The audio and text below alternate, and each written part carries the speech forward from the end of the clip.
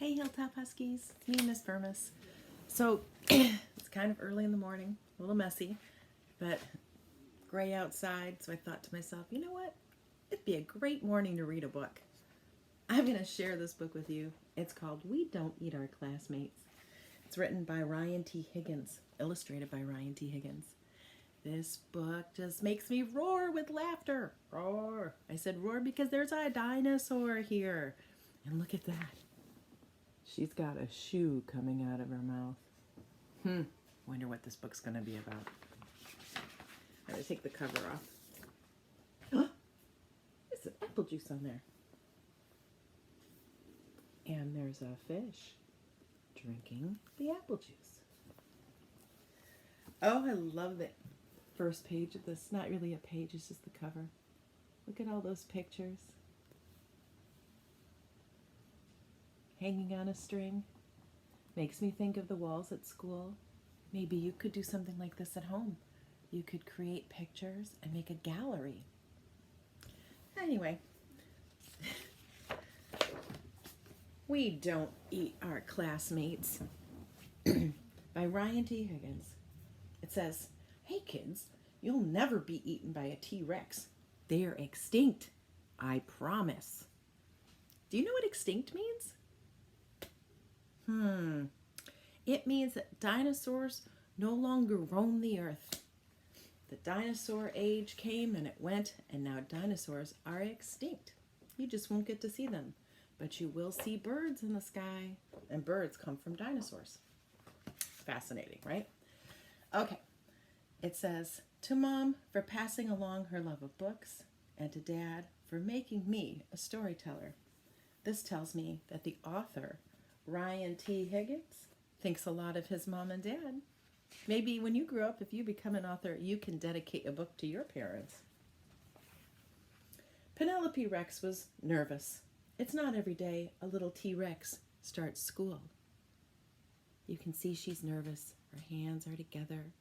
Her face is kind of squinched, and her eyebrows are furrowed.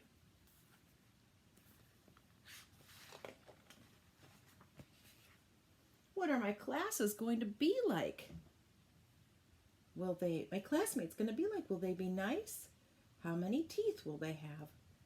This was very important to Penelope. Take a look at her room.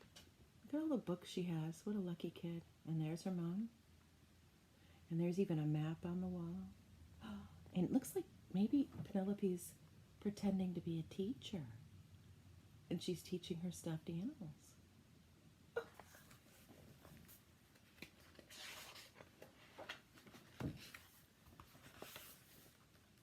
Penelope's mom bought her a new backpack with ponies on it. Ponies were Penelope's favorite because ponies are delicious. Silly dinosaur.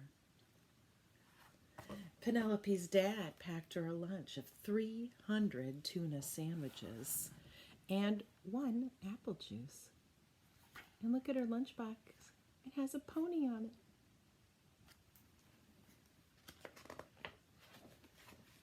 Finally, the big day came. There's Penelope walking up to school with her dad. And Penelope Rex was very surprised to find out all of her classmates were children. What? Look at that. Penelope is surprised, and maybe not in a good way. I don't see a smile on her face. But I see a child saying hello to her. Kids sitting at their tables and coloring and reading. This classroom looks a lot like classrooms at school. There's cubbies for the kids' belongings, and a word wall, and all the teachers' things. Kids are smiling and relaxed. Oh my goodness, look at that loft where kids can go read. And the teacher seems so comfortable and relaxed too. But Penelope doesn't. I wonder what she's going to do with all those children. So she ate them because children are delicious, at least to Penelope. What? All of the children are gone. Oh no. Hey, and there's that shoe sticking out of her mouth. And there's her teacher. Does her teacher look happy? She's got hand on her hip. Her eyebrows are furrowed and she has a frown on her face. She doesn't look happy to me. Penelope Rex, said Miss Noodleman. We don't eat our classmates. Please spit them out at once. So she did. Black. Ooh, yuck. Gross. How do the kids look? Do they seem happy? I don't know. I see a lot of bodies that tell me they look maybe angry or furious, frustrated, disgusted, maybe scared. Ooh, grossed out. It was not the best way to start school. Still, Penelope was determined to have a good first day. Penelope tried to make friends at recess. She finger painted some of her best work. Do you think the kids on the slide here feel safe sliding down with Penelope standing there? How about the kids looking at her drawing? There's a drawing of her eating children. How do you think they feel? I don't know. I think if you were in that class, you might not want to play with that dinosaur. Could be pretty dangerous. She even saved Griffin Emery a seat at lunch. You can sit here, she said. Would you want to sit next to Penelope Rex?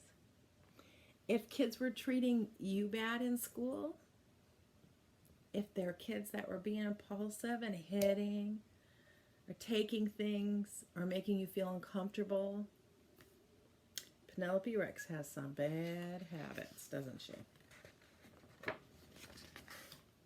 Penelope started to notice that everyone was making friends but her. Look, they're all hiding from her while she's building, and no one's sitting with her on the carpet. Poor Penelope. I wonder how that feels. Ooh. It says here, it was lonely. Look at Penelope, feeling all alone. There's all these kids back there having fun together and playing. Holding hands, laughing, but not Penelope.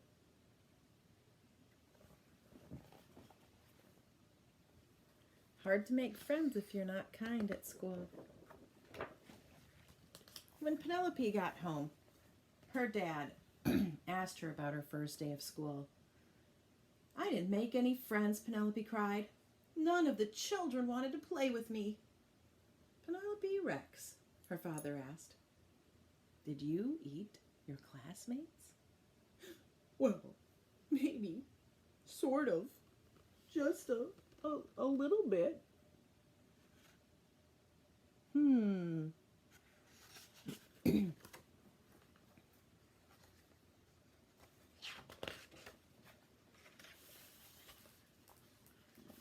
Sometimes it's hard to make friends, said her dad, especially if you eat them. You see, Penelope, children are the same as us on the inside. They're just tastier. Well, that gave Penelope a lot to think about. She seemed happy. Look at the frown on her face. Poor Penelope, still feeling kind of lonely. The next day at school, Penelope tried really hard. But poor Penelope, she could not stop herself from eating her classmates. Mrs. Noodleman, Penelope ate William Moto again. Uh-oh. Look at that. And they were all afraid of her.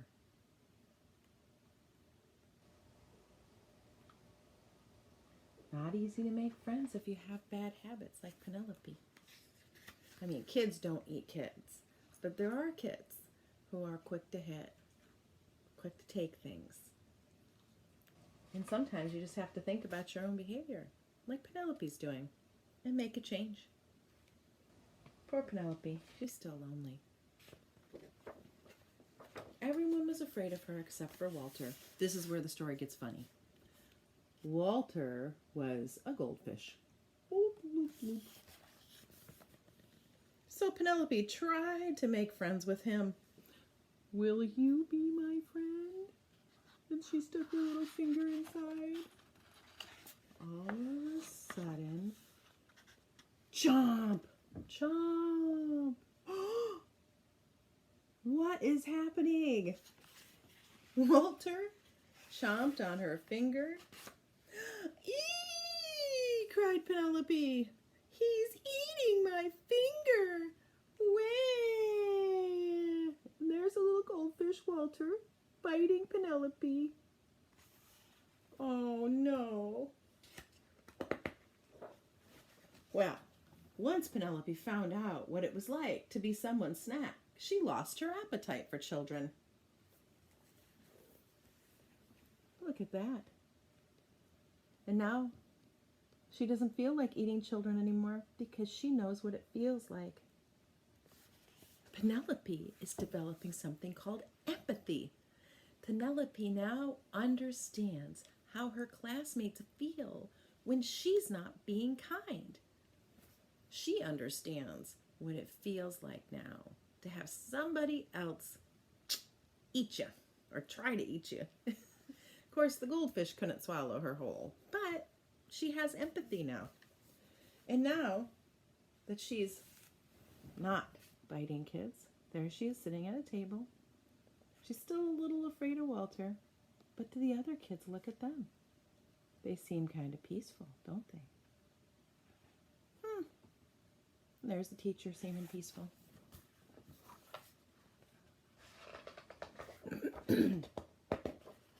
Now, even when children look especially delicious, she peeks at Walter and she remembers what it's like when someone tries to eat you.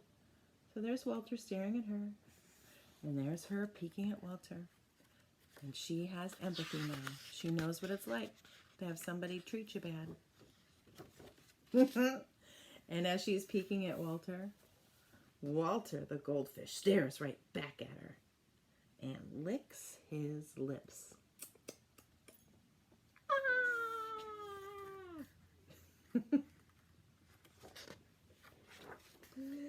Because, according to Walter, dinosaurs are delicious. What a crazy book. And there's the back page. Just like the front page, just more pictures of dinosaurs hanging on a wall. What a crazy, crazy story. Penelope the dinosaur. I hope you enjoyed the book. And I hope that you think about your own behaviors at school, developing empathy for other kids, and shifting your behavior if it's not kind. Because you want to have friends just like Penelope wants to have friends. All right. Hey, Huskies, let me tell you one thing for certain. I look forward to seeing you when we get back to school. I miss you, and it's going to be so nice to see all of you. I'll probably put a few more books out for you to listen to. Take care.